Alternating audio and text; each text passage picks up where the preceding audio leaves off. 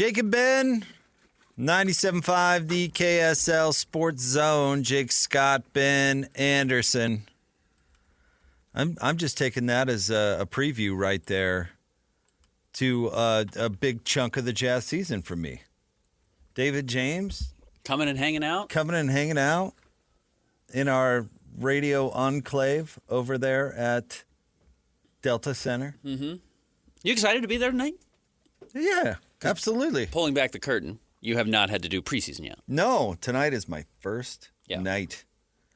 Yeah, I mean, it's exciting going into a new season and new storylines. I'm excited to see. I mean, people don't care about this, I suppose, but I'm excited to see the people. Absolutely. I'm excited to see Jamil. Excited to see Coach, of course. Kind of excited to see Mike. Like every job, the best part of it is the people you get to know doing it. You know, as much fun as sports are and the storylines are and as unique as the job can be, yeah, man, just like hanging out with your producer, Jamil, rules. Jamil's a good guy. It's fun. Yeah. And it's fun to take in the games and talk about them and do the whole thing. So, yeah, I'm absolutely excited. I'm bummed there's not a media meal, but I'm excited there's not a media meal. Correct. I don't need to get into that further, but it's like kind of one of those love-hate kind of things. Well, and what had happened? So the Jazz used to cater a meal before for all the media. They did. Like any food served en masse, it was hit or miss. Agreed. Well put, yeah. So, and this is the Jazz doing it. They have a catering company that comes in and does it. So it's this catering company is whatever. Sometimes they were on, sometimes they were not on their best.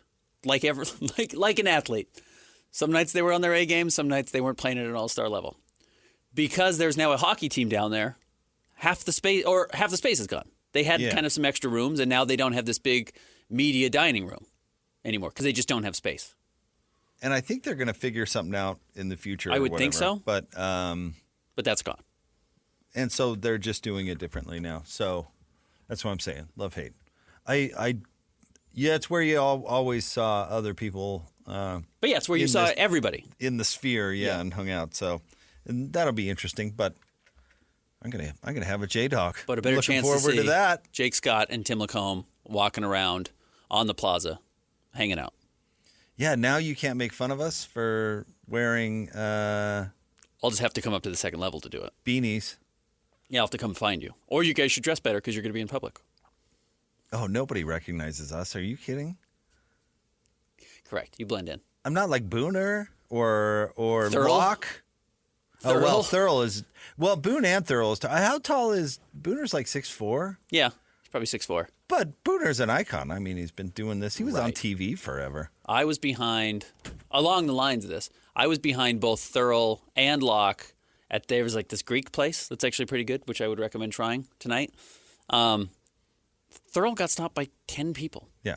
In He's so nice. He's just posing for photos, taking photos. He's having a good time. I told you I saw Bill Walton at the Grateful Dead concert, and he was very easy to see. I bet. In fact, he was right in front of me at the beer line, so he was like really easy to see. Okay. But like you could have followed him around the entire concert. Yeah, yeah.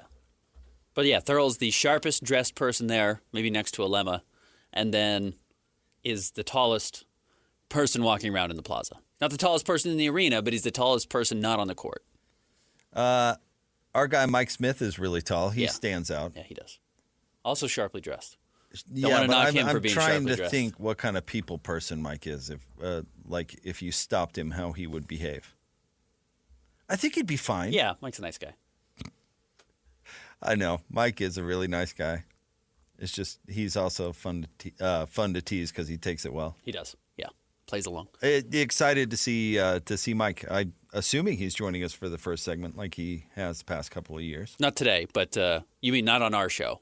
You mean on your show? Sorry, I don't mean to say my show either. I was about to say, am I supposed to be calling Sorry, somebody right now? no. No. On the pregame show, Yeah. he joins us in segment number 1. Yeah. Sorry, I had one of those things where I knew what I wanted to say, but I left out like several crucial details. So we did the Jazz Roundtable yesterday at Yeah, how'd the JCW's 5 in o'clock South hour Jordan. go? That was fun. You know what? I really like Scotty, and I don't get to hang out with him very much. Oh yeah, Scotty's the best. And that's not a knock on JJ and Alex, who I've worked with, honestly, weirdly more. I've done a lot of shows with JJ in my life, not as many with Alex, but I don't get to hang out in person with Scotty very often, so that was pretty unique and fun. But no, it was fun to talk and chat, and they were not reeling, but there was fallout a little bit from DJ, who came in, and if you don't know, David James is a great talker, and came in immediately and said, this is a 60-loss basketball team. 60 losses is a lot. There were 5 teams last year that lost 60 games. That would mean the Jazz won 9 fewer games this year than last to get to 60 losses. How realistic is that, do you think? Realistic? Yeah. Oh, that could happen. It could. Do you think it's more likely to happen than not? That's That 22 many, and so 60. 22 wins. Would be More one of like the likely- 5 worst Jazz records in Jazz history. More likely than not. So you're saying the over under of 22? Yeah, 22. What would you take? I'd probably take the over On wins, on 22 with the wins. caveat of how many games does Lowry play? Yeah. Because I think Lowry gets you to 22. Because there's 22 gimmies on a scale. Not, I mean, that's a little hyperbole, but like, how many games does the NBA just build in? How many wins for? Like, they build in like 15 wins for you. There's the game that you play at home before the All-Star break. The other team has already gone on vacation. There's opening night. You win a lot of opening nights. Home teams generally win opening night, including what we saw last night from both the Lakers and the Celtics. They win at home. Somebody else is on the second night of a back-to-back in the 5th game of a road trip. Yeah, after playing in Denver and then in Jazz in Salt Lake the next night. It's horrible. Like there's several of those that are basically built in. And so if Lowry got you 7 more of those on his own, that wouldn't surprise me. I'd probably take the over. But if Lowry only plays 20 games, then I don't know. And I'm not predicting injury or anything, but like, I mean, there's a chance Win Ben would be they certainly will shut him down after the All-Star break. Yeah. I mean, but they could pull the plug earlier than that. 20 games is a little too few. I think he'll play more than that, but they could really pull the plug on him at any time. Let's do an experiment really quick. Is this all right? It might be boring radio, so I apologize. Okay. I star in boring radio. Let's go through all 29 teams the Jazz play. I will tell you how many times they play them. You tell me how many wins the Jazz get against them. Okay? So the Jazz play the Atlanta Hawks twice. I mean, they could. Well, like 1, 2, or 0 It's impossible to say. Probably 1. Okay. We're just going to do this quickly, just to get an idea. Jazz play the Boston Celtics twice. How many wins? None. Jazz play the Brooklyn Nets twice. 1. Jazz play the Chicago Bulls twice. 1. Jazz play the Charlotte Hornets twice. 1. Jazz play the Cavs twice. 0. Jazz play the Mavericks 3 times. 0. Jazz play the Nuggets 4 times. 1. Jazz play the Detroit Pistons twice. Tough one. 1. The Jazz play the Golden State Warriors 3 times. 1. Jazz play the Houston Rockets 3 times. Ooh, tough one. Yeah. I think Houston's going to be pretty good. I think Houston's okay. Twice at home, one at Houston. 1. Okay. Jazz play the Indiana Pacers twice. 0. Sure. Okay. Jazz play the Clippers 3 times. 1. Jazz play the Lakers 4 times. Well, 4. At least 1.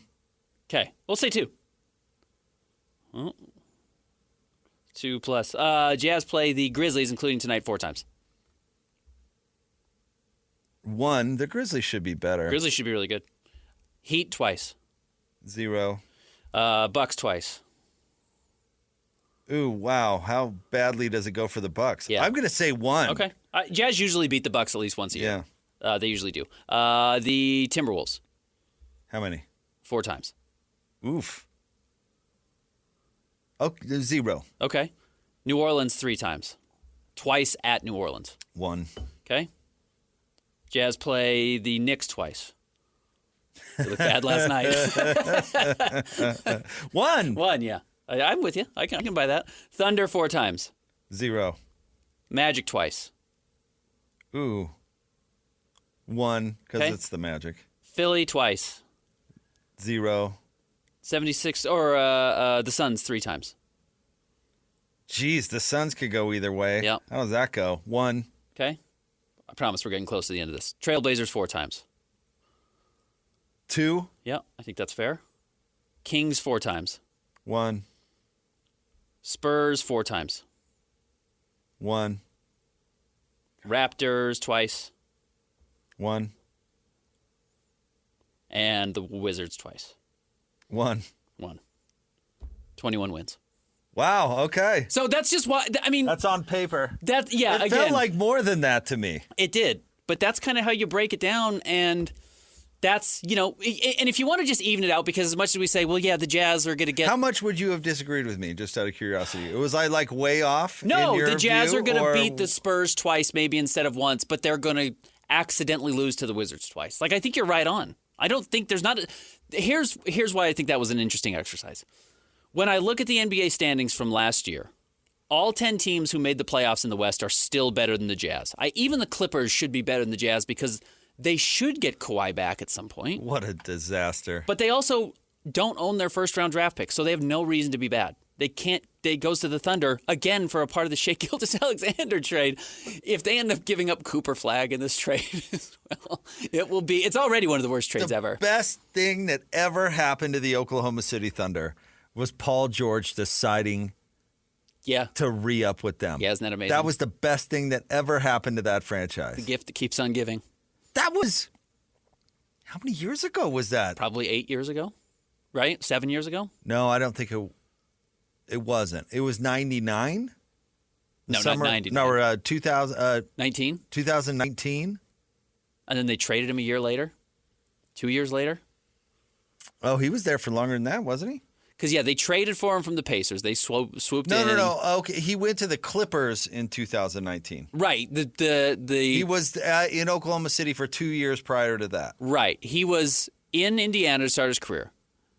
Thunder out of nowhere swooped in and traded for him and shocked everybody. Well, and Paul- then he re-signed, which was really crazy. Paul George demanded a trade from the Pacers. Yeah.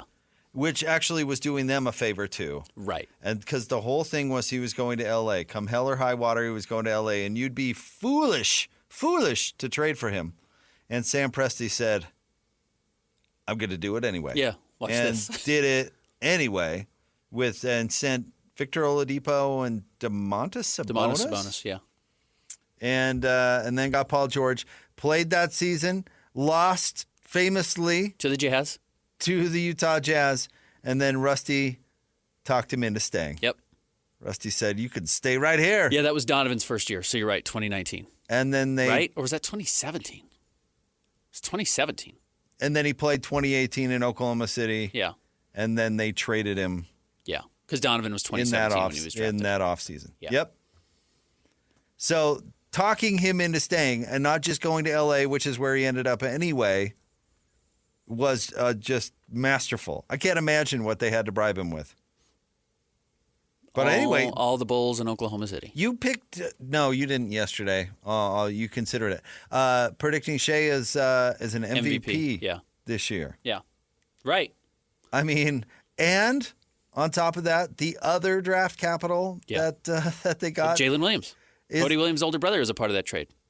He's an all-star. Like, he's going to be a 4-time all-star in his career. It is wild that the Clippers, who are going to stink, like, I mean, if you look at that roster, it's like, whoa, Yeah. it's going to be bad. Yep.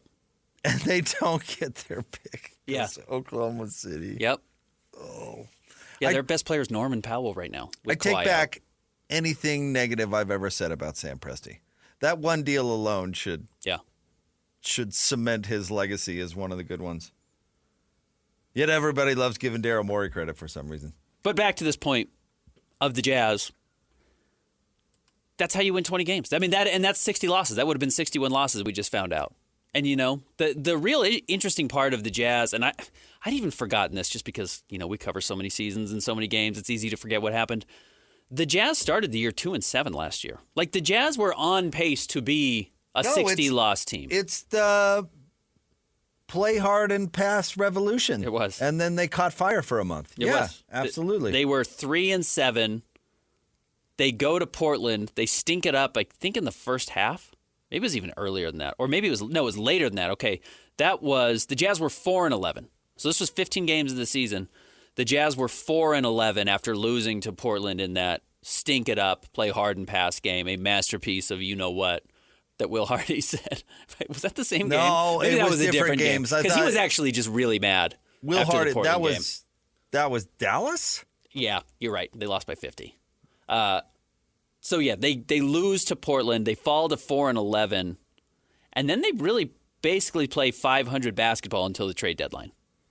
After that, I just don't know if we're going to have that stretch. A November 22nd to February 13th or whatever the trade deadline is. 3 months of 500 basketball from the Jazz this year. This is totally a key to the season, Ben. I'm so glad this is where we ended up this segment. And it's the reason I asked Will Hardy about being patient. Mm-hmm. Because he's going to have to fight his better instincts to try and win. Yeah. And I hate that about the NBA. I hate that's a thing. But it's a thing. He needs to win their 4-11, not wad up the offense and throw it in the garbage can. And he's got to fight his inner urge to be a coach. Now, I think you can thread that needle and try to instill, and I hate this cliche because it's way overused now, but try to lay some cultural groundwork while sucking, I think is possible. Yeah. But that was the difference in the season. Him reaching Colin Sexton and figuring out a way to make that relationship thrive was the story of the year last year. Yep. And it was a great coaching accomplishment on his part and a great player accomplishment on Colin's part. Do you have to fight the urge to do such good things because it's actually somehow, because this sport is so twisted, not in your best interest to be a good coach? Like, we can dress it up with patience, but that's what I'm asking about. Like, you have to watch the young player go out and fail and be willing to not only not put in the veteran who's not going to fail, but have to defend the failure. Uh-huh. I mean, all the things. Like, that stuff's really hard and takes a lot of patience. And I hate the system that it creates that, but it's truly in his best interest to not coach the team. It is. And I think you're right. There is a very narrow needle you're trying to thread to build culture on a losing team. And ironically, going back to the team we were just talking about, the Oklahoma City Thunder did it really well. They were really bad. They had back-to-back years where they won. Now, one of these does include the shortened season post-COVID.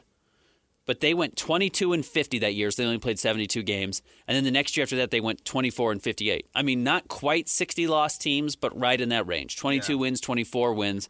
And they didn't come out of it so badly that Shea never learned how to play winning basketball, that Jalen Williams stepped onto a team that had lost a bunch in a row and didn't know how to win games. In fact, they started winning games immediately once he got there. And the same thing with Chet Holmgren. Now, they also got some lottery luck. They had draft luck by finding good players, but they instilled a culture that fostered winning as soon as they had the talent to win. And Dagnall's a good coach. He's a really good coach. So... But you know what the nice thing is? I think Will Hardy's a really good coach. That's what I'm saying. He figured out a way to navigate it and come out on the other side. And maybe that is truly the model. That doesn't make it easy. Because, last year could have been a 20-win season if they just didn't figure it out and let it continue to skid. He did not do that. No, he didn't. But play hard and pass is a cultural thing. So that is threading the needle in a way. It was just too effective. Yeah. Yeah, right. Because the best thing for the Jazz to do last year, honestly, and we talked about this a fair amount, was to let Hot Dog dribble. Hot Dog, go give us 35 minutes. Yeah. Go get up 20 shots. Yep. and hot dog it up out there. Yeah. That was the recipe to win Win 14 losses. games. Yeah, right. Yeah, to get as many losses. But as he couldn't do it. The coach in him wouldn't let him do it. Yeah. I wonder if he, how you thread that needle. How he threads that needle might be the story of the year, I think. Yeah, I think that's a good point. All right, stay tuned. Top 3 stories of the day. KSLSports.com coming up next. Jake and Ben, 97.5, the KSL Sports Zone. Hut, 20 It's game week for the Cougars. And the Zone is getting you ready for kickoff. After their miraculous victory against Oklahoma State, the Cougars look to keep their dream season alive with a trip to Central Florida. Listen all week long for the best coverage of Cougar football. Then catch the Cougar pregame show this Saturday at 12:30 with the postgame show immediately following the game. Your home for the best coverage of Cougar football is live on air, online, and on the KSL Sports app. Yeah, boy. This is 97.5, the KSL Sports Zone. Jake and Ben, want to remind you to join Hanson Scotty live tomorrow at Bar W Beef, the new state-of-the-art retail butcher shop supporting Utah farmers and ethical farming practices, all at supermarket prices. That's Bar W Beef, only in Nephi. Ben, I've told you I really do not like shopping. It is not my thing. I don't like clothing shopping in particular. I do like shopping at the butcher. Okay. I do. You like that old school relationship. I do enjoy shopping at the butcher, seeing the different cuts that are out there. It's just, I do. That's one section that I do enjoy. All right. Shopping for jewelry is stressful. I would say that I don't not enjoy shopping for jewelry, but I feel like it's stressful, and that's why I'm grateful for people like J. Brooks Jewelers who take the stress out of it for you with 2 great locations, one on Winchester Street across from Fashion Place Mall, the other at Traverse Mountain in Lehigh. All right, top 3 stories. Hatch, where are we starting today? Starting with the Utah Jazz as they open the NBA season tonight. This is a fun matchup. I like watching this Memphis Grizzlies team. Keontae George going up against John Morant's going to be really interesting.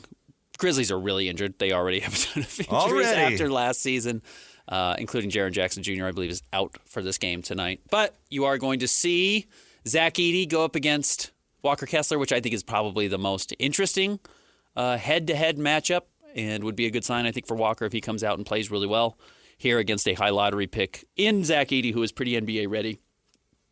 I don't know what his ceiling is, but he's going to be what he is for the next 5 or 6 years, in the NBA, at least, if not longer. But you know who he reminds me of? The Happy Gilmore guy. Jaws? I'll see you in the parking lot. Yeah, the guy who played Jaws in James Bond. Yeah, that guy. Yeah.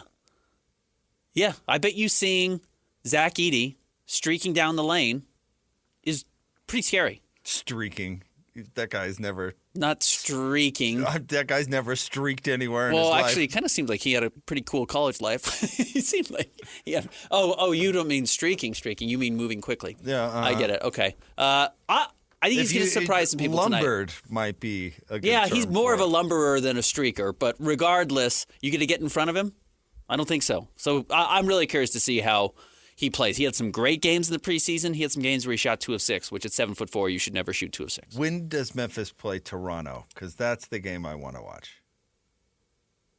The Clinic's still in Toronto, right? Kelly's going to fold him up. I want to see how the Clinic undercuts him. Shuts him down. Yeah, you've never seen a 7'4" man head over his. He's not going to have an eyeball after that game. His feet are going to be closer to the rim after Kelly's done with him. Undercutting him on his way to the basket. I can't wait to see that game. There's no way that game's on TV. I got to find a way to watch it. Yeah, it might not be televised, period. At all. No one wants to see that game. So this is going to be an interesting game for the Jazz, and they play Golden State coming up on Friday, back-to-back home openers. Do you think Jaren Jackson, who's not going to play tonight again, do you think he got word of your slanderous remarks about his father? That his dad wasn't any good? What did we do? Best Georgetown basketball player of all time? Yeah, we did. And I took Jaren Jackson, and Ben's like, who? So we tossed him out. He was a really good player. He wasn't. He was. Maybe not as good as his kid, but he was memorable. Not to spark the reaction. He wasn't memorable. Not to spark the reaction of who? The number of people who said, "Oh, I didn't know I know Jaren Jackson Jr.'s dad played in the NBA. Was everybody. Vince Williams, Cam Spencer, Jaren Jackson, Luke Kennard. Sounds like they're all out. I'm expecting, I'm assuming you are, the same starting lineup that we got used to there in the preseason. I guess there's a chance that Cody Williams could start in front of Taylor Hendricks, but I think it's probably Taylor. So I think it's Keontae George, Colin Sexton, Taylor Hendricks, Lowry Market, and Walker Kessler. Off the bench, John Collins, Jordan Clarkson, Cody Williams, Bryce Sensabaugh, and probably Patty Mills because Isaiah Collier's I out. would guess no on Cody Williams just because you got to pay some dues. I mean, just because you're going to be a young team doesn't mean you get to totally skip the line. You know what I mean? Yep. And look, you invested a lottery pick last year in Taylor. Taylor Hendricks. Yeah. Like you want him to make it. You're invested in him making it. And actually, I think Taylor's skill set might be best served when he is the fifth best player on the floor. And he can kind of do all of the other stuff. He doesn't ever have to dribble. He shouldn't ever dribble. He likes to dribble. He should never dribble. Put him in a spot where he doesn't have to dribble. For now, he needs to learn how to dribble. He will. But if he starts thinking that's his best way to get on the court, that might be a mistake. No, his best way to get on the court is to guard. Rebound, guard, hit open threes. And then start to mix in rebound and dribble. Or pump fake on a three and dribble to the rim. But not like, don't cross anyone over this year. Aim for Scottie Pippen, but start with Bruce Bowen. Sure, exactly right. I think that's totally fair. I think that's right on. Yeah. Oh, I should trademark that. That felt pretty Yeah. good. Did you write that last night? No, I just How long came did up you with that workshop that? He just now. scripted this. Did you and your wife stay up late last night?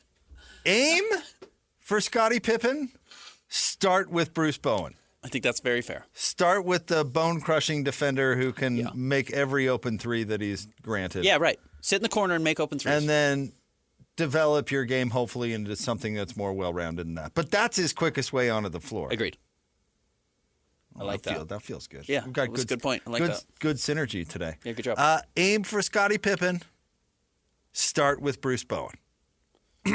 Next. Have a ceiling and a floor. All I'm going right. to make a shirt. You should. Patent pending. All right, number 2, AJ DeBonsa is rumored to have a $4.5 million NIL offer from BYU basketball. Okay, reminder. AJ DeBonsa currently plays for Utah Prep. Correct. He is a 5-star super basketball recruit. He is Andrew Wiggins. He's LeBron James. He's all these people we've talked about. Now, again, speaking of having a ceiling and a floor, think of what Andrew Wiggins actually is and think of what LeBron James is and hope that AJ DeBonsa is a player somewhere in that in between.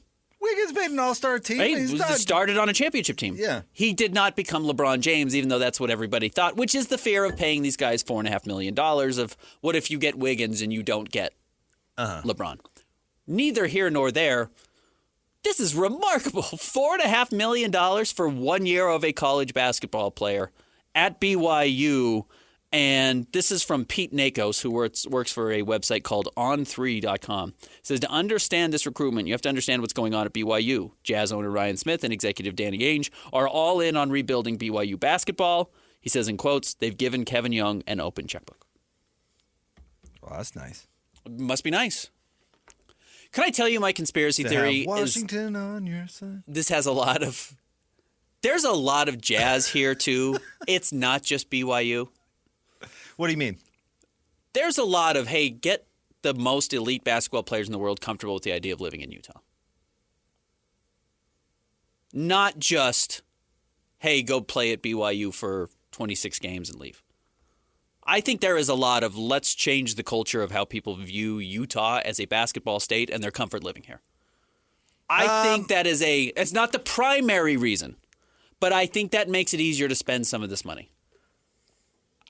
Usually, I'm the one through the looking glass, which I kind of like. I kind of like where your mind's at. I got to admit. I think it might be a tad too deep. If you sold it to me that they wanted to establish relationships with these people as soon as possible, yeah, That's what I mean. I mean, that's what I mean. Ryan Smith is making a relationship with the top players in the world. I don't think it's like some cultural byproduct. Like let's get them used to these weird people. So No, I don't think that at all. I've never bought into the, well, we can somehow change the national perception about where we live, because I don't think that's possible. No, but at if- least not possible in the short term, which is frustrating to me as a Utahn. But I've been doing this for a long time now, and that has been every person who's come along who's been in the spotlight somewhat nationally is saying, we're going to change the percent, and it just doesn't happen. And it certainly doesn't happen overnight. So I don't know if I'm buying into the let's ease them into the waters of playing basketball in Utah, which isn't exactly what you're saying. But I would buy into Danny Ainge knows this guy. Ryan Smith knows this guy. He's recruited this guy. And even if you don't get him in the draft, how many years is Ryan Smith going to own the team? I mean, it's 40, almost like you lose a recruit in football nowadays, and you'd be crazy to burn the bridge because he could be back tomorrow. Exactly right. You know? And so I would buy into that. That's what I'm thinking. Okay. And I think that is a part of this relationship. Right. Just build the relationships. Just lay it out. It's always good to have those types of relationships. And by the way, NBA teams do this already. You know, the Jazz interviewed Jordan Clarkson before the draft. They don't select him, but they loved him and said, hey, when he becomes available again in Cleveland, we've done this work on him. We really liked him as a person. We think he could actually really fit in Salt Lake City. Let's make a trade for him. And they did, and they've reaped the rewards. I mean, he has been better for the Jazz than Dante Exum was. So I think they do these types of deep background searches really early in the process, already coming out of the draft. They're basically just doing it a year earlier. You know what an old school example of that is? Number one in my mind, Ben, is Sir Carlos of Boozer, who they loved coming out of Duke. They worked him out twice. And they loved him. And for some reason, at the 11th hour, talked themselves out of Booze. Well, Borchard was on the board. Is that who they took over, Booze? Yeah. That year? Yeah. Man, I would love to read the book written about that decision. Yeah. Because they loved Booze. Yeah, and they did. And as soon as he started to show something in Cleveland, they looked at it like, oh, man, we totally blew it. Yep. But then when the opportunity of the brief 24-hour period where they could have nabbed him from Cleveland, they already had the relationship, you know? It happens a lot. It does. And this is part of that. Now, I think a lot of it has to do with just winning at BYU. Well, for Ryan, who's a fan, and Danny, who's An alum. proud alum. Yeah.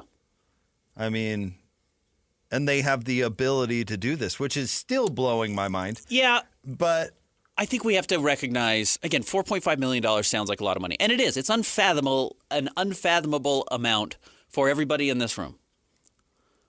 $4.5 million is, 2 weeks of interest on Ryan Smith's billions? Like 2 weeks? He makes that much money just in interest? That's not if he had it in the stock market or wherever they make their money. I read a thing the other day that Elon Musk's value increases net worth by 110% every year. He's going to become the first trillionaire by 2028. It's 110%, not 10%, 110%. It doubles every year. So if Ryan Smith's doing 20%, it's 4 days of interest. He pays all of this money to AJ DeBonce. It's not money to him. It doesn't even matter. Well, and let's also acknowledge the fact that Ryan's one. I was exactly what I was about to say. They have not the multiple only other one. NIL Right. partners, I guess is probably the best term to use. I think if we're talking about this specifically with BYU, is why isn't this energy around the football program too? Does the football program not have their sugar daddy where they needed to be, or is it simply so much more expensive? I don't think it's that much more expensive. $4.5 million could get you any player in college football as well. But one of... Right, one of I was 22. going to say, one of 13 versus one of 105. Yeah. And one player in basketball makes all the difference. It does. One player in football is a drop in the bucket. But also, we don't own an NFL team. We do have a basketball team. So if you're building those relationships and you want long-term relationships to pay off there, it won't make as much sense in football locally as it might in basketball. Will a byproduct of NIL and conference expansion, for that matter, mean that BYU becomes a basketball school? That fascinates me. Yeah, absolutely. Well, Kevin Young has his work cut out for him. Oh, sure. Now, they're giving him all the great pieces to win with. He's got to win, though. I was going to say, he's got to prove it on the court. We haven't even seen him on the court yet. Yeah. We'll see. Yep. Now all he has to do is coach, which is supposedly what he's good at. What he's good at. All right. Player development and coaching. That's his rep. Yep. What's next? All right, number 3. Well, speaking of BYU, they're headed to Orlando to take on UCF in football. I'm curious, Ben, is this a more difficult game than you thought a couple of weeks ago? Now, UCF did not beat Iowa State. They lost to Iowa State 38-35, but they really snatched defeat from the jaws of victory. and got back to what makes them really good, and that's running the heck out of the ball. 350 yards on the ground, switched quarterbacks. He's a dual threat guy. Meaning he's a runner. Yeah, he's not a dual threat guy. He's exclusively He's a a runner who runner. can't throw it all. Like I said, 8 of 20 passing, Yeah. 2 interceptions. Again, we need to get out of this dual threat thing because he's not. You're right. They need to do what they did to Kansas State, which is something you mentioned, I think, yesterday, and make UCF one-dimensional. However, BYU did prove to be a bit vulnerable against the run against Oklahoma State, I think, to put it mildly. If you consider 269 yards given up, mild. Mildly? And USF ran for 354 on Iowa State last week. That's got to at least be a concern and something that BYU is they got to switch game plans. They got to do something. If it's that leaky against UCF, definitely they could lose this game. I think BYU's going to smoke them. I think BYU is going to beat them. I don't know if they smoke them. I think we've kind of, you ride the ups and downs of the college football season, and BYU was riding really high and felt like they were going to blow everybody out, and they did. We've gone back, and I could go back through BYU's schedule, and I felt pretty confident they were going to win all these games, and I thought they would beat Oklahoma State by more. Admittedly, I didn't think that game would be as difficult as it was. Have they smoked anybody? I mean, the score against Kansas State, and maybe I'm not giving them their due. The score against Kansas State was fairly lopsided, but did they really smoke them in that game? I mean, they handled Arizona very easily. Okay. I think the truth is Central Florida is much closer to being that level of team than they are this elite team. And yeah, they're playing at home, and yes, they can do some things that BYU has been somewhat vulnerable against. Still, I think BYU's really good. I just think BYU's good, and they're playing an okay to bad team. And if you're a good team, as good as BYU is, you should win. Absolutely. And I think that's agree what's with going to that. happen. I just think they're vulnerable to what UCF is good at, and that can spell Disaster. trouble. Yeah, it can. So that is really what stands out in my mind. And I do think UCF showed life against Iowa State because I think Iowa State's good. To the point of good Utah teams would lose to the air raid, as you've talked about a lot, Yeah. because as good as they were vulnerable to that one certain style of play. Yep. And Utah would lose to Washington State. They just did. Bad Washington State teams, Yeah. too. Yeah. Like 3 or 4 win Washington State teams would beat 6-1 Utah teams. So, yes, it's absolutely a vulnerable game for BYU, but good teams beat bad teams, and BYU's really good, and Central Florida's not. And they're going to be weighed down from all that ice cream at Disney. Well, you used to work at Disney. Mm-hmm. Why is the ice cream so good? They make it themselves? I mean, is that a... The mouse can do whatever he wants with his food. Like, I'm not even into sweets, but that's one thing that stood out to me about Disney. It's like, wow, this ice cream is Their really Dole good. Whip is better than you get it anywhere else. Yeah, I don't know why. Something about it. They have all the tricks. I don't know what it is. They have all the tricks. Man, that's good ice cream. Yeah. All right, stay tuned. We'll have more coming up next. Jake and Ben, 97.5, the KSL Sports Zone. The wins just keep on coming for Kalani Sitake and the Cougars as BYU keeps their dream season alive. It's magical. It's spiritual. How can you not be romantic about this game? As the Cougars look to stay undefeated and make their bid to the college football playoffs. Happy feed. Downfield. Caught. Broken tackle. Lassiter. Touchdown. Are you kidding me? The KSL Sports Zone will be with the Cougars every step of the way. Your home for the best coverage of BYU football. Hey, let's go. Is on air, online, and on the KSL Sports app. This is 97.5, the KSL Sports Zone. Jake and Ben, this segment brought to you by Peach Doors and Windows. Amazing home transformations begin with Peach, where 5-star reviews are the norm. Call them today for your free in-home estimate, 801-566-1255. Peach Doors and Windows. Ben, let's give away a pair of tickets. It's a Wednesday after all. A Win Ticket Wednesday. Caller 12, 801-575 Zone. You're going to win a 5-pack of tickets to see the Jazz take on the Warriors coming up Friday night at the Delta Center. That's awesome. Steph Curry, still get a chance to see Steph play. And, here's what's going to be fun about the Jazz this year. It's not my job to sell tickets. I don't care. But every win the Jazz get this year is going to be hard-earned.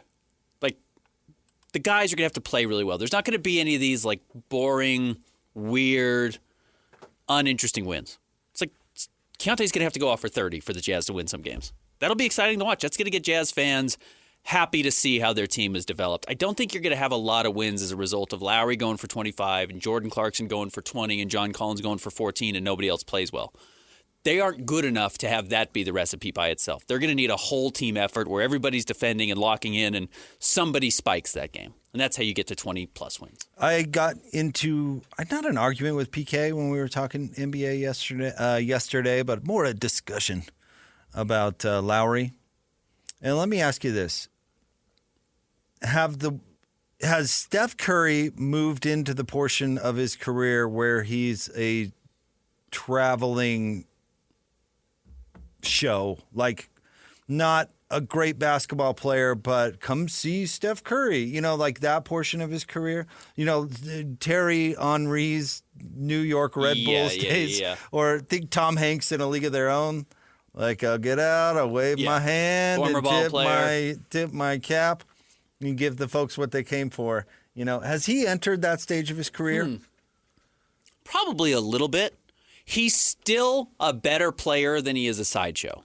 Okay, so why are the Warriors behaving as if he's in that segment of his part of his career? The Warriors 1,000% missed the boat not trading for Lowry.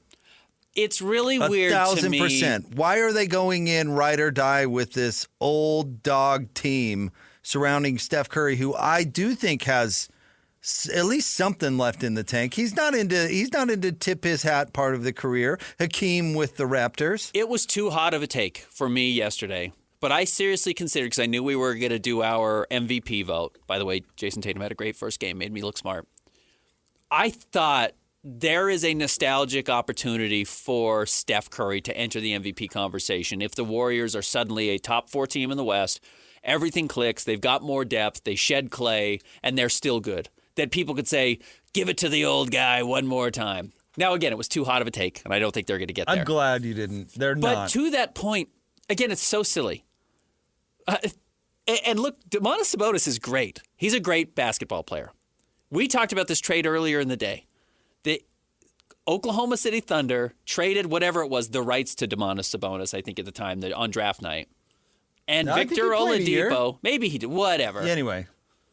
for Paul George. Uh-huh. That was the right move.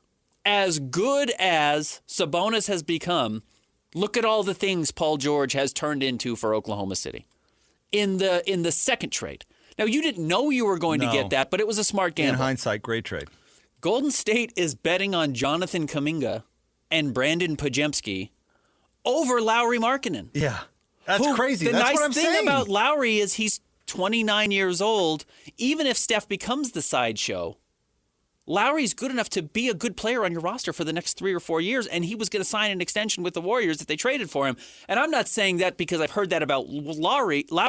It's what you do. You sign extensions to get your $200+ million, and the Warriors would have had to offer it to him because they just traded all these pieces for him.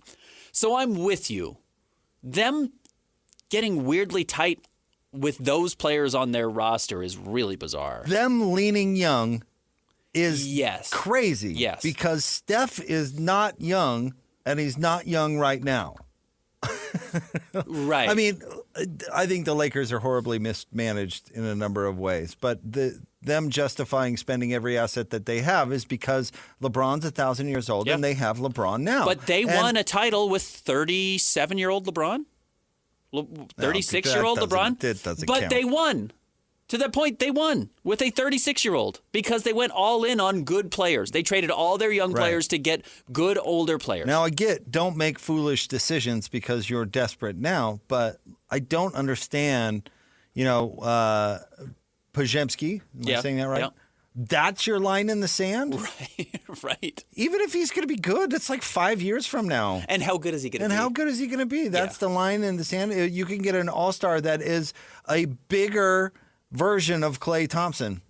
Yeah. That you can plug and play right now. You don't have to change anything. Right. And we like this Podziemski guy. Steph is still good enough to be the best player on a championship team. I think he is. Right. Yeah. Right. So why are they behaving like he's in like Dirk Nowitzki? Remember what a joke that was? Yeah, the last trotting him out. Kobe's last year. Yeah, absolutely. No, he's not that. He's not anywhere near that. Now, really. LeBron might be 55, but he'll get to that point too, where will. he's just, and the Lakers will suck, and they'll start rebuilding around him, but they'll still wheel him out there for, 2/3 of the season Yeah. to give everybody a show and see LeBron one last time. Yeah, I think you're right. I don't think Steph's there. No, I think he's better not. than that. He's And I not. think Golden State way missed the boat not trading for Lowry. If that was even close to a thing. I'm totally with you. I think you're right on. And you go, well, the Jazz wanted too much. Well, they've got all the leverage. Deal with it. They've got the great player. Yeah, right. And you need him. And you need him. And guess what? You should have traded for him. They should have, 1,000%. All right, we're going to have more coming up next. Jake and Ben, 97.5, the KSL Sports Zone. Jake and Ben, 97.5, the KSL Sports Zone. Want to remind you to nominate the youth sports volunteer you know for the Hercules Hero of the Week. Submit your nomination at kslsports.com/contests. And listen every Thursday afternoon to JJ and Alex for the winner. Help us celebrate the efforts of those volunteers making an impact with the Hercules Hero of the Week, sponsored by Hercules First Federal Credit Union and Beehive Meals. All right. Your kids doing fall sports at all, Ben? Nope. Hatch? My daughter's in tumbling. My daughter is in the middle of getting ramped up for her cheer season, which actually starts next month. But my son just finished flag football literally yesterday. No, 2 days ago. You're a busy guy, but did you volunteer at all on for the football? I don't think you'd be flag football. Not this year, no. I don't think your contribution would be great for the cheer team. But No. football, you played football in high school. You could contribute there. I've coached his team in the past. This year, I just was slammed with other things. So I essentially was on the sideline helping wrangle kids, getting them in and out of off the field. You know how rotations and such. Do you teach them how to play dirty? Because I feel like you have to get that instilled at a young Kids, age. here's a thing called a forearm shiver. Yeah. Here's where the ref can't. Here's the blind spots for the ref. Yeah. I mean, even how early in Rock's life do you think Hans taught him how to hold? Right away. Yeah, it's this gotta be is one how of the first things you learn. this is how you hold and get away with it. I admit my high school football offensive line coach, he did teach us, okay, there's holding on every play. Yeah. Here's how you get away with Right. it. Uh-huh. Yeah. If you're not teaching that, and the other team is, you're at a disadvantage. And Exactly. the other team is teaching it. Yep. Do you think LeBron considers Bronny playing like fall sports? Like, are your kids in fall sports? He's like, yeah, I coach my son's team. JJ Redick's also there, but I'm coaching my son's I'm going to team. nominate the sommelier for the Hercules Hero of the Week. Did you watch it? I purposely did not. I did. I said I'm not going to participate in this Circus. circus. Yeah, I'm not going to do it. I did. And I even saw the social media reaction, which was so predictable. What a moment for the sport. I just don't buy into any of that crap. I think it's kind of gross that he manipulated a once proud franchise into drafting his son, who's not at the moment an NBA player, Yeah. And probably won't ever be. and probably won't ever be. And now he's playing, and so I don't. We've been talking a lot of NBA the past couple of days. It's opening night. We may take in the NBA as a whole a little bit more frequently this year because of the Jazz circumstance, and you can only dial in on development so much. And of course, we talk to NBA fans. But anyway, that's neither here nor there. Where do you see the Lakers fitting in the West? Honestly, like, give me ceiling or basement, or give me the non-biased take. Play-in tournament. They're a play-in team. And let me pull up where they were last year. I think they were a play-in team last year, right? Yep. Yeah, that's who they are. LeBron James still knows how to play basketball. Like, it's crazy to watch him, and he doesn't move. He doesn't try as hard defensively as he used to. He probably can't. I'm sure it's much harder on his body night in and night out. He doesn't make mistakes. It's like it's a robot out there, and that's not and he's a great player still. Don't get me wrong, but he just makes the right pass every time. He's in the right spot where he needs to be. And just that much knowledge really helps you execute the things you're trying to execute that should work and get you to 45 wins. And then Anthony Davis, when he is healthy, is one of the best players on the planet. He still is, and he was last night with 35-15, whatever it was. 36 and 16. He's stupid. He's one of the best players ever. In fact, I had this. Here's my hot take of the day. I'll give you. If I knew both players were going to be fully healthy their whole career, I would have taken Anthony Davis over Kevin Durant. Anthony Davis is a better player than Kevin Durant, fully healthy. That might be too hot for some people, but I stand by that. But you saw last night the effect he can still have. He Scorcher. is absurdly good. He is the best defensive player in the world when he's at his best. And now I think Wemby's probably going to take that away from him. And Anthony Davis has never won a Defensive Player of the Year award, I don't think. But at his absolute best, like he was last night, when he's healthy, he is the best player on the floor most nights. I think he is flawed, which, I mean, we don't need to dive too deep into this, but everybody says he grew up as a guard as a positive thing. Because he plays with the mentality of a guard. And I don't mean he stands on the perimeter the whole time. I mean he doesn't want to do the hard things that bigs in the NBA have to do. Thus, he's been trying to get labeled as a power forward for his entire career, which is just not the best fit. But I think they're flawed in that way. But the way that they're most flawed, Ben, is they don't have very many good players. No, they don't. And they don't have very many good players who are particularly not good at shooting the basketball.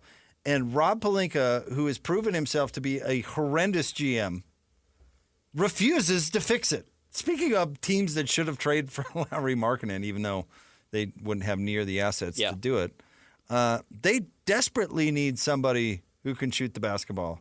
They've got nobody. And you know what? We were talking about Podziemski. Like, Austin Reeves is just a guy. You can find Austin Reeves. I think you're right. You can find Austin Reeves anywhere. But he's in L.A., and so he gets all this attention, and people talk themselves into him being good. I like Rui Hachimura. I liked him in Washington, but he's just a guy. Agreed.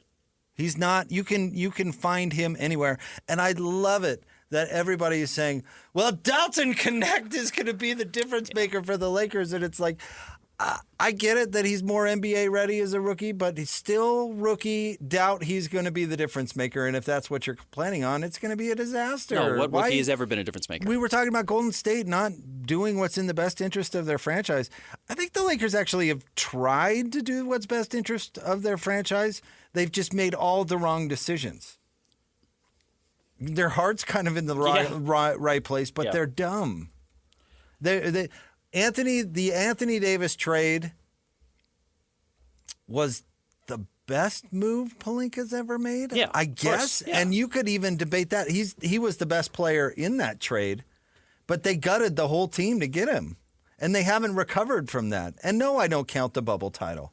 Yeah, if you give Anthony Davis and LeBron 3 months off or whatever it is and then throw them back into the playoffs, yeah, they're going to be pretty good, but that ain't how it works. Plus, they're a veteran team, which if you've got to lock a veteran team behind closed door or teams behind closed doors for 3 months, and you're telling me the veteran team, the team with adults on it, was more equipped to navigate that, well, yeah.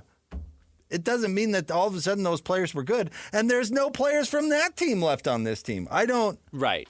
To the point and where... not to go down the Lakers rabbit hole that much, but No, they made a lot of bad decisions. They moved on from Kentavious Caldwell-Pope, who's exactly what every NBA team needs, which is shooting, which is what you're talking about, and great defense, especially when he was there. He was a great defender for Russell Westbrook.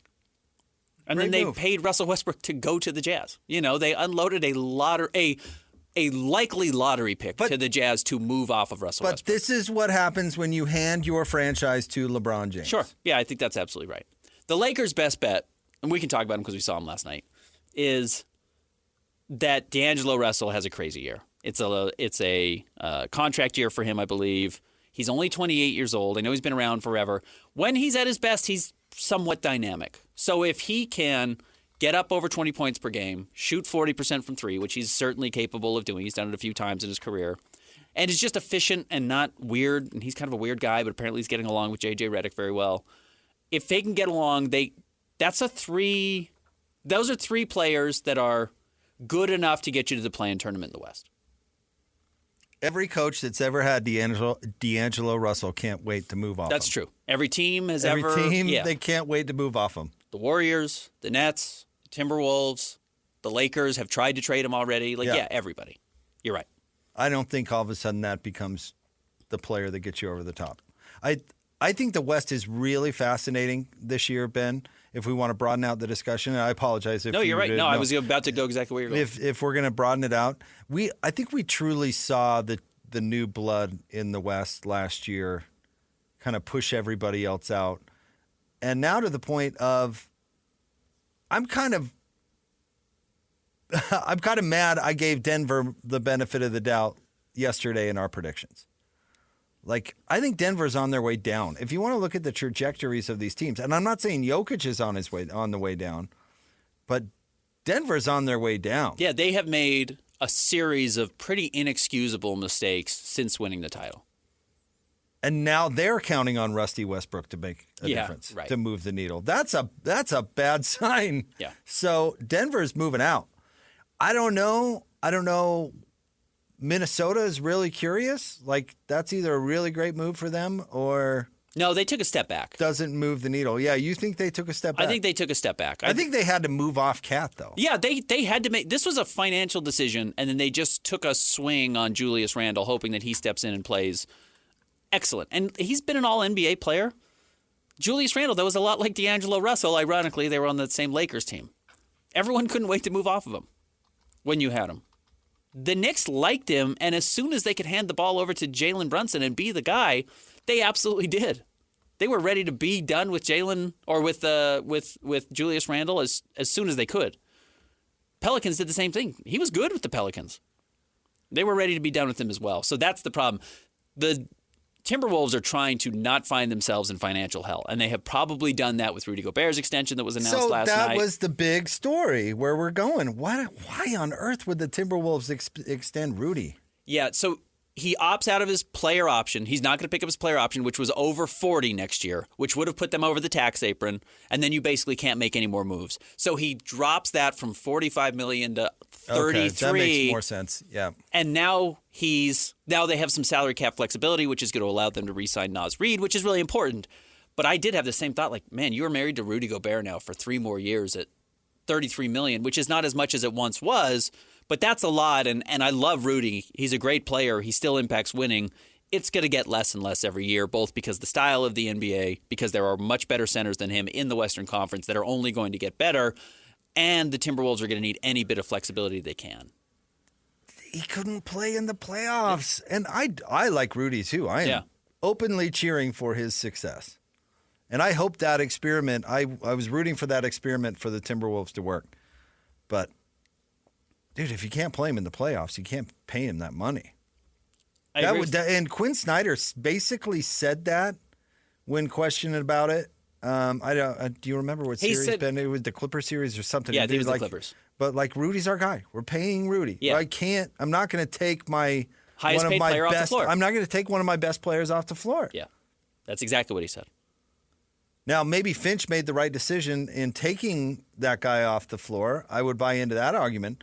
But then you turn around and extend that guy? Yeah. That doesn't make any sense to me. Yeah. And to be fair, Rudy still averaged 34 minutes a game in the playoffs. Like he was playing a lot last year still late and was the leader in plus minus in the playoffs last season. So he is extraordinarily impactful. Look at his game log, though, and he wasn't finishing games. Yeah, well, Chris Finch was finding interesting times to absolutely take him off the floor. You can't pay that much money to somebody who's not going to finish the game. Quinn Snyder was 1,000% right on that. And it may have cost him a series, honestly, but he didn't build the team. Yeah, exactly right. And yeah, his last 5 games, which, was how long the conference finals lasted for the Timberwolves against the Dallas Mavericks, he was still good. I mean, 12 points, 7.5 rebounds is fine, but that's 34 minutes a night for 12 points and 7.5 rebounds at $30 million a year. It's a lot. And a huge defensive impact. Yeah, he is. He's a great defensive player. Which people downplay all the time. Yeah. But we're not downplaying it on this show, Ben. No. And again, and look. So where are the Wolves then? Second? Third? You and I both like Oklahoma City as number 1? Oklahoma City's 1. Minnesota's still probably second or third, yeah. I think the Nuggets are still going to be good because Jokic is the best player every single night he takes the floor. Well, I mean, and Memphis he plays a lot. Is Memphis do they rebound to be good again? Memphis could jump Dallas, but Dallas is going to be really good too. I think Dallas is going to be just fine. Not in the regular season. Phoenix is going to be really good. I think Phoenix is going to have a much better second year than they did first year. Trying to get all those guys together. First of all, I think Budenholzer's a better coach than Monty Williams was 2 years ago. Or who's the coach last year? Vogel. Vogel. He lasted 1 year. Your boy, the empty suit, Vogel. Budenholzer's a better coach. They actually did smart things, like they went and got Tyus Jones, who's a point guard, so he can get them into all of their stuff, which I think was really smart. We'll see if some of their rookies can play. So they'll be better in year 2. I think Phoenix is firmly a guaranteed playoff team in the West. They're not in the playoff. Okay. So Oklahoma City, Dallas, Denver, Memphis, Phoenix is 5 guaranteed playoff spots in the West. Remember, only 6 are guaranteed. The last 4 are playing. No love for the Kangs? Kings, Lakers. We'll see how quickly the Clippers get healthy. I don't think they will be. We'll see if Zion stays healthy for the Pelicans. The Houston Rockets might be really good. Oh, man. What's his name? Griffin. And they should run him out on a rail. Talk about a guy who's done less with more than anybody in the league. Yeah. And then, So I think that's what we're looking at. I think those are the... He got brought aboard right before that Anthony Davis trade and then did exactly what everybody predicted would happen. That would be Clutch would twist everybody's arm to get Anthony Davis to the Lakers. So he didn't do anything creative there to get that haul. Lucked into the number 1 pick somehow. Right. Somehow gets the number 1 pick. Gets a transitional player. And Brandon Ingram, who should be a pillar on a good team. Yeah. Maybe not the best player on a good team. But a good player. But a pillar on a good team. Yeah. And they said, nope, we refuse to be good. We're not going to do it. Get me C.J. McCollum. He'll move the needle. Yeah. Yet. I said that the other day to my daughter, by the way. No, yet. I started. She's like, what? What are you talking It's about? like, oh, that's Russian, dear. No. And then the Warriors are in this mix as well. Like, where do they fit in? Where they're probably a play-in tournament team. Yet. Yeah. They're going to try to be. Yeah. So. I don't know. You tell me, how many games does Draymond play? Yeah. Might be 45. Might be less. Yeah. I mean, he's old. Back. He's undersized. And he gets suspended a lot on top of it. Oh, man. Back. Yeah. Back. Yeah. By the way, Oh, Mike Conley looked really old yesterday. Sounded Mike like Conley looked really small and really old. He is small and old. Yeah, right. He's always been small. Now he's old. Yeah. Right. Right. The size doesn't change. Age keeps changing. Although, don't you shrink when you get older? Everything like gravity starts working and things get more compressed. Yeah. Isn't that's a thing, right? Tony Jones started off as 6'7". Just kidding, Tony. He's only 6'3" now. Only 6'3" now. Yeah. And he's still a young man. All right, stay tuned. We've got What You Got Wednesday coming up next. It could go anywhere this week. I'm really excited about this week's What You Got Wednesday. Stay tuned. Jake and Ben, 97.5, the KSL Sports Zone. Hut, hut, 20 team, hike, what is it? It's game week for the Cougars. And the Zone is getting you ready for kickoff. After their miraculous victory against Oklahoma State, the Cougars look to keep their dream season alive with a trip to Central Florida. Listen all week long for the best coverage of Cougar football. Then catch the Cougar pregame show this Saturday at 12:30 with the postgame show immediately following the game. Your home for the best coverage of Cougar football is live on air, online, and on the KSL Sports app. Yeah, boy. This is 97.5, the KSL Sports Zone. Jake and Ben, 97.5, the KSL Sports Zone. Want to remind you, you can win lunch from the KSL Sports Zone at Cafe Rio on Taco Tuesday. Listen every Tuesday for your chance to win a $20 Cafe Rio gift card. Learn more about Taco Tuesday and the great deals available every week at CafeRio.com. Ben, it is time for What You Got Wednesday. Everybody's favorite or least favorite segment of the show. There's no middle ground on what's There's no middle ground. You either love it or you hate it. And it might be week to week. It is for me, I know. Yeah. I had a good week last week. Okay, did you win both? Best quarterback rooms in NFL history. I won 58% to 42. And best bands that rock. I won 58% to 42%. So Wow. same in both. Dang, Sorry, pal. that stinks. So you get the first pick, both drafts. And really, like, one draft is so broad, I doubt that we I think they're overlap. both pretty broad, actually. Oh, I think our not-sports one is very narrow. Okay, that means you're going to be really mad at me with some of my choices. You're going to try and veto half of my choices. All right. All right. So, do you start with sports Sports. or non-sports? Start okay. with sports. Okay, sports. Top 5 sports surprises. Is that general enough? Yeah. That's really what's broad. hard. It's super vague. So is there a number one pick? I don't think so. Automatic number one. I think it's one of two. Okay. Would you agree? No. Okay. Hatch, what do you think? Is there an obvious number one? Like, is there one that comes to your mind when you think of sports surprise? This is in honor of No, BYU being 7-0, by the way. Yeah, and it's October. October surprises. Yeah, right. That's a thing. Yeah. Man, the one that comes to my mind at the beginning of October is the 4 days in October when the Red Sox Okay. rallied back to beat Okay. the Yankees. I didn't have wow. that on my list, so that's a good one. I didn't really either. Oh, okay. That's All right. You talking about October surprises? That one comes Sure. to mind. I will go with the biggest surprise, Michael Jordan retires from basketball. Yeah, that's a good one. Okay, that is a good one. Yeah. Jordan Shaw, he was the height of his game. Prime of his career, yeah. 3 championships in a row, was the most famous person, certainly in the United States, maybe next to the president at the time, and maybe more famous worldwide than Bill Clinton. Steps Yes, away. I would say was more famous. Yes. So, yeah, Michael That- Jordan retires. That's a really good one. Yeah. My mind goes, see, this is not going to be a strong draft for me. Uh-oh, Jake's in trouble. How about the Browns moving to Baltimore in the middle of the night? Okay.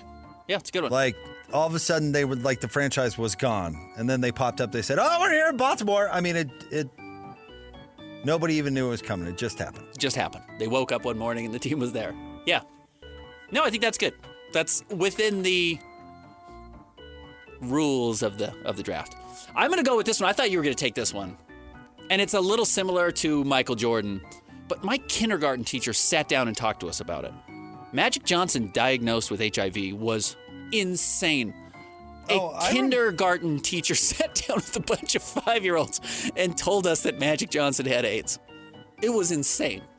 So yeah, huge surprise. So I remember that very well for kind of a silly reason. I was playing fantasy basketball, and I picked Magic Johnson, like was my number one pick. And he goes out at the beginning of the season. Yeah, from right. What you're talking You were about playing fantasy basketball early in a long Early. time ago. Yeah. Yeah. And in that How time, many you people only. did you get together with kids at the I know, I was playground? gonna What say. the hell No, are it you was a talking big about? thing with the paper. Actually, okay, it would okay. take a long time to I explain. was gonna But say, you okay. got one trade, and so that was my trade right that year. And you know who was balling? Michael Adams was balling for the Washington Bullets at the time. I'm not kidding. I made the trade. That next game, shredded his knee. Yeah. So it's a silly reason I remember that Okay. quite well, but I remember that quite well. Okay, Ben, I'm going to go with this. I doubt this was on your radar, but sports embraces Las Vegas. Uh-huh. I never thought I'd see a day Oh, okay. where Interesting. sports would embrace Las Vegas. They have a football NFL team, an NHL team, soon to be a Major League Baseball team. I'm guessing the NBA isn't that far behind. LeBron is publicly advocating to be the owner of that Yeah, franchise. already.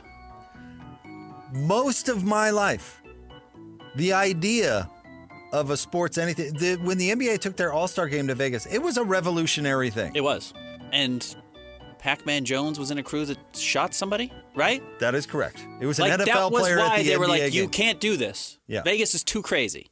Well, in the gambling, you just can't be. Yeah. You can't be that close to sports gambling. And they said, watch this. I said, actually, it's going to be just fine. I told you I listened to a podcast with Las Vegas's old mayor, and he was talking about getting an NHL team or any team, and he had been trying to do that for years. And when he first started, they told him to lose their phone number. Yeah, like right. that's never going to happen. Yeah. Sports embraces Las Vegas. I'm going to go with the upset route. I'm going to go with Buster Douglas beats Mike Tyson. That's a good one. Huge surprise. Yeah, that's a great one. Just See, I'm forgetting. Buster all Douglas these. was a nobody. And Mike Tyson was, again, the baddest man in the world, the most feared person maybe in sports history as an individual. And Mike Tyson beat him. Or Buster Douglas beat him. All right.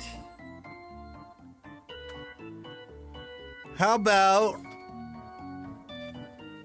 All right, I'm going to go with how about the Patriots benching a healthy Drew Bledsoe to put in a plucky 6th-round quarterback in Tom Brady. You could just put Tom Brady. Tom Brady goes Total from the 199th surprise. pick to the greatest football player he's of all a surprise in general. Total surprise. Yeah. time. Yeah. Nobody But to go. I remember how surprised I was. It's like Drew Bledsoe just took him to the Super Bowl like Yeah. 2 years ago, and they're going to bench that guy? Yeah. This was a big deal. In retrospect, it's hard to realize how big of a deal this was, but it changed the culture of the NBA. LeBron takes his talents to South Beach. Okay. It didn't seem possible. Like you have said a lot, it didn't seem like financially the rules would allow it. How were they going to get Dwayne Wade to stay there, LeBron and Chris Bosh to go down? It didn't make any sense. And they found a way to do it. Great one. Great one. So I'm going to take, LeBron takes talents to South Beach. Hatch, is it 3 or 4 for me? This is number 4 for you. Gail Miller sells the Utah Jazz. That was a shocker. Yeah, that was a huge deal. Shocker. She'd put it in a trust to basically make selling it Yeah. impossible. And, life was crazy at that time. I mean, it's right in the pandemic, and bam, Gail Miller sells the Utah Jazz. Or the Miller family, I should say. All right. This is a sad one. I'll go with Roberto Clemente dies in the middle of his career. The plane flight. The plane crash. Was a future Hall of Famer, headed in that direction, and a life cut horribly, horribly short. So Roberto Clemente dies mid-career. All right, Ben. Man, some of yours are downers. Downers, I hope I win because of the. Because people get a People smile are on like, Got their oh, face. Magic Johnson, so- HIV. Yeah. Clemente being cut down in his prime. So depressed about Ben's list. I'm going to go with this because I feel like I needed a draft one of some sort. And I'm going to go with the Houston Texans taking Mario Williams #1 over Reggie Bush. And I know Reggie's career didn't turn out to be awesome necessarily in the NFL, but if you remember him coming out of college, he was pegged as the LeBron of football. Yeah. And actually, it's even sillier that the Houston Texans picked Mario Williams because they could have just traded out of it. Yeah, right. They could have done whatever they They wanted. could have just traded out of it because Reggie Bush was such that commodity that anybody would give anything for. They could have gotten a Mario Williams equivalent with the. They could have convinced the Saints to trade up to 1 from 2 Right. to take Reggie Bush. Right. It's one of the sillier front office moves I've ever seen. Yeah. But I think that points to how bad the Texans front office was for their first Oh, forever. They're just Yeah. terrible. Yeah. 20 years of their Just existence. terrible. Are they even 20 years old at this point? Maybe they are, but Yeah. An unknown defensive end out of NC State Yeah. over the can't miss guy. Yep. Oh, I remember I was not like a huge NFL guy, certainly not an NFL draft guy at the time, and I was driving around listening to the radio, listening to the draft because I had to know what was going to happen. Like I wanted to hear Reggie Bush get drafted, and then out of nowhere, there's some talk that it might not be Reggie. Mario Williams. Yeah. Who? Yeah. Is that all 5 for both of us? I believe so. Anything we missed that you thought of? Oh, man, I don't know. I'd be curious to hatch his thoughts because I feel like he could have gone anywhere with that, right? Did we Well, miss any big ones? I would have had that Red Sox because they were so Yeah. bad for Yeah. so long. They had that curse hanging over them. I would have gone with that. Only other one I thought of, because Jake, I was one of somebody who was going to do the Jazz because I was shocked. we're We were all working Utah for them natives at the time. here. Yeah, we were working for them. And I remember them saying, "We're selling the team." I'm like, "Whoa, what?" No. Excuse me. Never forget that day. Yeah. The only other one I was thinking about was so talking about what you're talking about, Ben, Payne Stewart. Remember, Okay. in the Yeah. 90s when he gets cut down after he wins that US Yeah, of US course, Open, you'd or- give that one to Ben Well, because the downer ones Roberto go to, Clemente, like- go to Ben. So I had Giants beat the Patriots in the Super Bowl. Undefeated Patriots. Yeah, that would have been a That's good one. Yeah. Nikola Jokic winning 3 MVPs is pretty shocking for a second-round draft pick, but lacks a little pizzazz. So anyways, yeah, All right. some good ones. All right. Our not sports related topic is Top 5 Bears. Just of any kind, Bears. because of the Memphis Grizzlies are in town. And Being somebody in town. better take Brian Urlacher right now. See, I don't have Urlacher on my list. That was just it. Number 1 pick is yours, Ben. It's mine. I'm going to go with Fozzie Bear. I like Fozzie. I like the Muppets. I'm a Fozzie Bear guy. Waka Waka, Fozzie Bear. I'm going to go with the greatest bear of them all, Walter Payton. Okay. You are going the sports route. Okay, I will match your sports route with our favorite new Utah, Andre Tyranny. Bear. The bear, yeah. Bear, yeah. I love that guy.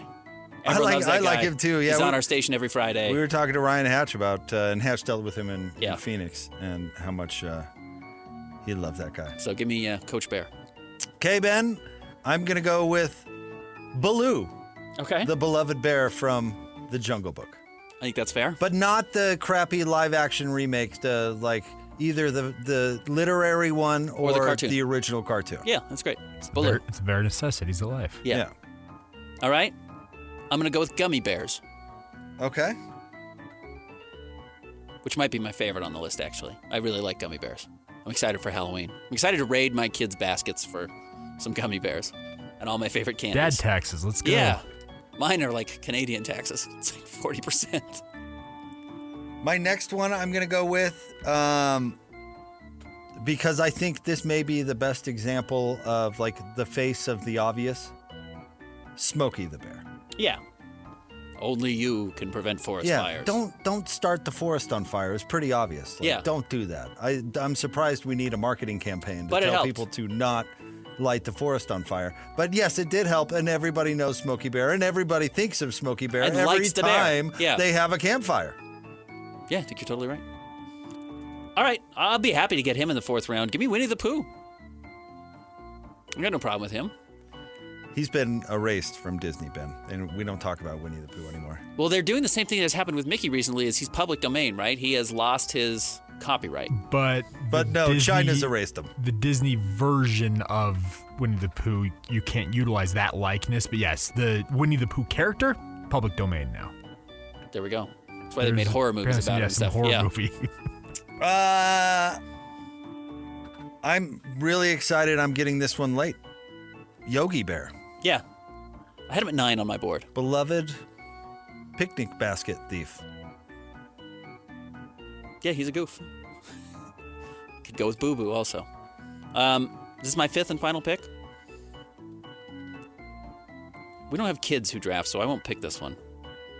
You know, I'll go with Teddy Ruxpin. I think I've drafted Teddy Ruxpin like 3 times in the history of this. I missed the Teddy Ruxpin thing. He was just like the biggest toy in the 80s with Cabbage Patch Kids. So, All right. I think my last pick is really going to bring this home for me. Marshawn Lynch. okay, Cal Beast Bear. mode. Yeah, he's great. Beast mode, Everybody all right. now loves Marshawn Lynch. He right? is. He's beloved. And rightfully so. He rules. He does rule, Yeah. which is actually hilarious from a guy who's like shy or was shy. Yeah. And That's why he had a visor on his helmet for most of his yeah, career. had a serious anxiety about, speaking and that sort of thing. I think his turn at the end of his career and post-career has been hilarious and awesome. Marshawn Lynch. Okay, pivoting back to the surprises. This is one I think we completely overlooked. So a good friend of mine, Scott, he just mentioned this. Kobe dying. Yeah. Yeah. Massive surprise. Probably bigger even than Roberto Clemente. I tell you That what, point. you guys do it to me every time, man. I've Just- got an upbeat pick like Marshawn Yeah, Lynch. right. You got to come back with Kobe dying. Kobe why dying. does it have to be? We're dragging you back Why into does the it have mud. to be death? Why does it have to be such a downer? Ben picks 5 deaths in his surprise category. Jeez. Bears we missed. Good Bears. Urlacher's a good one. Teddy Grahams. I really like Grahams, Teddy yeah. Grahams as a treat. Jim McMahon. The Care Bears. Care Bears. Yeah. Freddie from Five Nights at Freddy's for you young Good people point, out there. What? Ted? Yeah, Ted. Yes, I was going to say Yeah. Ted. Grisby. But I already had a hockey connection on mine. All right. The Utah Grizzlies. We could have done that. Any famous dead Bears? Oh, Old Ephraim. Yeah, Northern right. Utah. Yeah. Allegedly the biggest bear who ever lived, had the 3-toed foot that was Yeah. his hallmark. Gentle Ben. The bear that killed Timothy Treadwell. Yeah. Grizzly Man. Yep. What about the Charmin Bears? Okay, yeah. Yeah, there you like go, good yeah. toilet paper. Yeah. Yeah. Good bear. Great ad campaign. The 3 Bears. Goldilocks. Yeah, the 3 bears. Goldilocks and the 3 There's some bears. good bears out there. There are some good bears. All right, stay tuned. Wrapping up the show coming up next. The wins just keep on coming for Kalani Sitake and the Cougars as BYU keeps their dream season alive. It's magical. It's spiritual. How can you not be romantic about this game? As the Cougars look to stay undefeated and make their bid to the college football playoffs. Happy feet. Downfield. Caught. Broken tackle. Lassiter. Touchdown. Are you kidding me? The KSL Sports Zone will be with the Cougars every step of the way. Your home for the best coverage of BYU football. Hey, let's go! Is on air, online, and on the KSL Sports app. This is 97.5, the KSL Sports Zone. Jacobin. This segment brought to you by Peach Doors and Windows. Amazing home transformations begin with Peach. 5-star reviews are the norm. Call them today for your free in-home estimate, 801-566-1255. Peach Doors and Windows. Also want to remind you about the Utah Hockey Club ticket giveaway. Listen to The Zone every week throughout the Utah Hockey Club season for your chance to win. Listen on Friday during JJ and Alex. Tune in at 4 to the interview with Utah Hockey Club head coach Andre Bertierney. How are you saying that, Ben? How are we saying that? I'm saying Torini. Torini? I think it's Torini, Torini? but I'm Torini? purposely saying his name wrong. That's why listen, everyone calls him Bear. listen that's what he told us to call Yeah, him, right. so I should just stick with that. Listen for the keyword Sharks and be caller 12 to win. One lucky listener will win a pair of tickets to go see the Utah Hockey Club versus the San Jose Sharks at Delta Center on October 28th. Listen for your chance to win the radio home for the Utah Hockey Club. Ben, any misses? We have people weighing in. Berenstain Bears, which everyone says are the Berenstein Bears, but it's one of those Mandela effects where everyone thought it was Berenstein, but apparently it's Berenstain. Yogi, Utah Shasta Trailer wanted us to get Yogi. I'll tell you what, my 3-year-old loves the Berenstain Bears. They're fine as I read them. It's like, all right, they're good. So, but she is like super attached. Yeah. Kung Fu Panda. Oh, Poe? Is that his name? I think so. Never seen it. I thought of Little John Oh, okay. from Yeah. the Robin Hood movie. I like but that one. I didn't know if people if he was bear enough. Do people picture him when you say the character Little John? Are there any koalas? I know koalas aren't technically bears. Oh, the Mr. Moon from Sing. Okay. Man, I love the Sing movies. Sing 3 is apparently coming out. I like the Klondike Bar bear. The bear on the cover of the Klondike. What would you do for a Klondike bar? The polar bear. I actually think it's a Klondike bear. Is it? It's a brand of bear. Oh, it's a okay. type, but it's white on the thing, so it looks like a polar bear. Yeah, like they're legitimate bears. Kodiak, Klondike. They're varieties, I guess, species, whatever you want to call But them. because he's white on the wrapper, everyone thinks it's a polar bear. How about Scott Drew Okay. Sure. or You're a RG3 big- Yeah, RG3 is good. It would have been better. for the Baylor Bears? Bruiser, their mascot. We didn't take any Memphis Grizzlies or Vancouver Grizzlies. Big country. Bryant Reeves. Or Cubs, I suppose. Oh, Cubs. I hate the Cubs. the so Cubbies, yeah. I never would have taken that. By the way, Ben, you have the best nickname for our new hockey club, the Clubbies. The Clubbies? I'm using it all the time. Yeah, I like the Clubbies. Jake says no. Lame. Well, you're lame. Well, they were bad last night. Boy, did they stink last night. They were not good. Again, that's the type of thing you're going to have to get used to. So we watch it seems like, sometimes you give up 4 goals in 8 minutes, and you got to pull the goaltender, and it was even the rest of the way. 0-0 over the final 2 periods, which you don't want to get first shutout in Utah Hockey Club history. But some nights, the goaltender doesn't have it, you're going to get blown out, and they did. But Avalanche coming in this weekend, really cool. Yeah, we were saying what is the iconic hockey club that will have the most, fans everywhere? Like, what is the Cowboys of the NHL? Around here, it might be the Avalanche. The Avalanche had that run where I feel like there's a lot of same reason there's a lot of Donk fans around here. Yep. Feels like there's a lot of Avalanche fans around here. I was really bummed. Tuesdays have really become a boring night for me because there's no football on Tuesdays. I went to turn on something yesterday after dinner. I was like, oh, let's get some football because my little 3-year-old has decided that she'll watch football with me. And it's like, You need to go to like ESPN Tuesday. There's Mac or something. Yeah, there's action. There's college football. We have football every night, literally, until the Wednesday before Thanksgiving. If you want to look for it, you can find it. Bad college football. Yeah, I watch it on I'm Tuesday telling nights. You, it was UTEP versus Southern Miss or some such. It was Louisville State versus, of course. Of course, Hatch knows. There was. I saw the score I am updates. a proud sicko when it comes to Okay, this. tonight we have Kennesaw State hosting Liberty Oh, geez, that's going to be a bloodbath. and Middle Tennessee on the road at Jacksonville State. Also a bloodbath. That's rough. We have anything good on Thursday? Thursday Night Football. Syracuse at Pitt. Okay. ACC. What's the NFL game? Do we know? One moment, please. But you know what? It's NBA season. It's opening night. What's the best game tonight? Let me look down the Orlando at Miami is pretty interesting. Milwaukee at Philly would have been interesting. I bet you ESPN wishes they could get rid of this game because no Joel Embiid. And no Paul George. No Paul George. So that's a stinker. Our Thursday night game is the Minnesota Vikings at the Los Angeles Rams. ESPN got absolutely hosed. They're going Bucks at Philly right into Phoenix at the Clippers. No one wants to watch the Clippers play either. Nobody wants to see How the did that Clippers get play. signed up? Yeah, everyone thought those might be some teams. But we could have some Magic at Heat could be interesting. Yeah, Magic at Heat's the best game tonight, for sure. How much better are the Pistons? Pistons and Pacers? Yeah, that could be interesting. I'm a little curious on the Pistons. I think the Pistons are going to be better than the Jazz. And where are you at on Quinn Snyder and the Hawks? Has he found the perfect job where you don't actually have to do a good job to keep your job? Probably. He's got a lot of power there, too. It's kind of one of the reasons it seemed like he was taking that job. Brooklyn's awful. So Brooklyn's one of the teams that should be worse than the Jazz this year. Atlanta with Reza Shea, the number 1 overall pick. I'll be curious to see what he can do. You're right, though. ESPN's like, oh, Bucks and Sixers. We're going to get beat by Kennesaw State tonight. Oh, mighty We're actually Kennesaw. moving these to ESPNU. You mean the winless Kennesaw State Owls who Yeah. were in their first year transitioning from FCS to FBS? Is that true? Yes. And Liberty is going to smoke them. Probably. Yeah. Sorry, what did you say the NFL game was tomorrow? It is Rams and Vikings? Oh, that's Vikings good. at Rams. Yeah, The it's- Rams aren't great, but they're at home, and Minnesota's only a 3-point Well, favorite. and Al Michaels will be in L.A. sunning himself, so he probably won't complain They'll very be in a much. good mood. Now, speaking of that, Monday Night Football. I don't know if you guys are watching Monday Night Football. In the middle of the telecast, it's the ESPN one with Joe Buck. Yeah. Joe Buck says, "Hey, Al Michaels just texted me. He's eating at someplace in L.A. He was already He's there. already there. Couldn't wait. Yeah. Couldn't wait. Didn't have to do a Cleveland Thursday game. He's like, I'm off to L.A. See you Gotta guys. do my prep.